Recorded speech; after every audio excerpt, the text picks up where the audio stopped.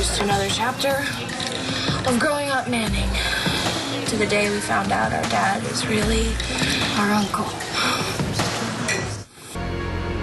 You know what really got to me? What? The look in Dad's eye. I mean, Victor's eyes. It was this look that I've never seen before. It was like he didn't understand what was happening to him. How could he? How could anyone? To be brainwashed into thinking that you're someone else. To find out that your whole life, your memories, your everything, that none of that happened to you. I know, and at least for Dad, it's like he's getting back something that he's missed, but for Victor, he loses everything. Oh, no, he doesn't. He still has us. I felt so bad when I had to tell you that he wasn't our dad. Well, you started making things better when you told him you still loved him. I love him too, and both of us will make sure that he knows we'll always be in his life, right? Yeah, I mean, he was my dad for 8 years. I'm not going to stop loving him, but... But what? I have this feeling like I should have known that he wasn't my dad. Starr, how are you supposed to know that? Because I should have sensed it. And actually, maybe I did. What do you mean?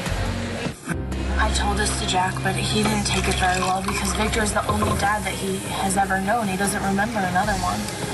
But you do. Yeah. Danny, I hate to say this, but there were times with Victor where he didn't seem like the dad I knew before. Like when you got together with Cole? All that stuff that was in play. Yeah, and he hurt Cole so badly, he threw me down a flight of stairs. I can't believe that. I mean, he loves you so much. But it didn't stop there. That's what's bothered me. It didn't make sense. Even still, when he got involved with Marty Saybrook, he had a different face. She didn't know who he was, and he didn't tell her. He just let her fall deeper and deeper in love with him, and I should have known then. I should have known that he wasn't my dad. Why didn't you ever bring this up before? I mean, you say it was bothering you, but until this other guy showed up, you never had a problem? I did have a problem. I just thought that it was mine. So when I first came here, and you spent all that time trying to convince me to accept him,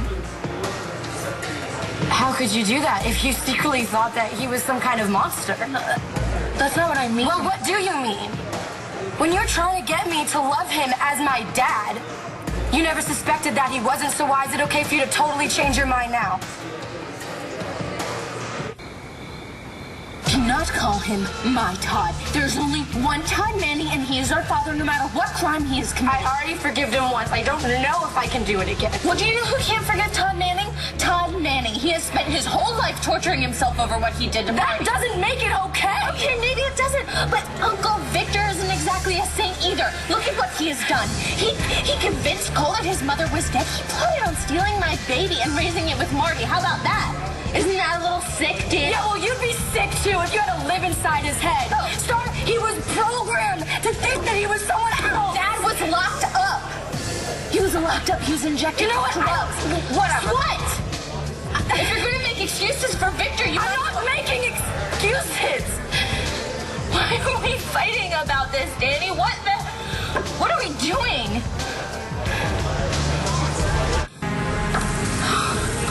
It's so weird having to get used to another man being my dad. Especially since all I know is the stuff that I read online. I'll help you with the other stuff. You promise? I promise. Okay. You want to start now? Sure. Okay. Well, once upon a time, there was this little girl named Starr. She had a stuffed frog. Her dad named him Fred the Magic Frog.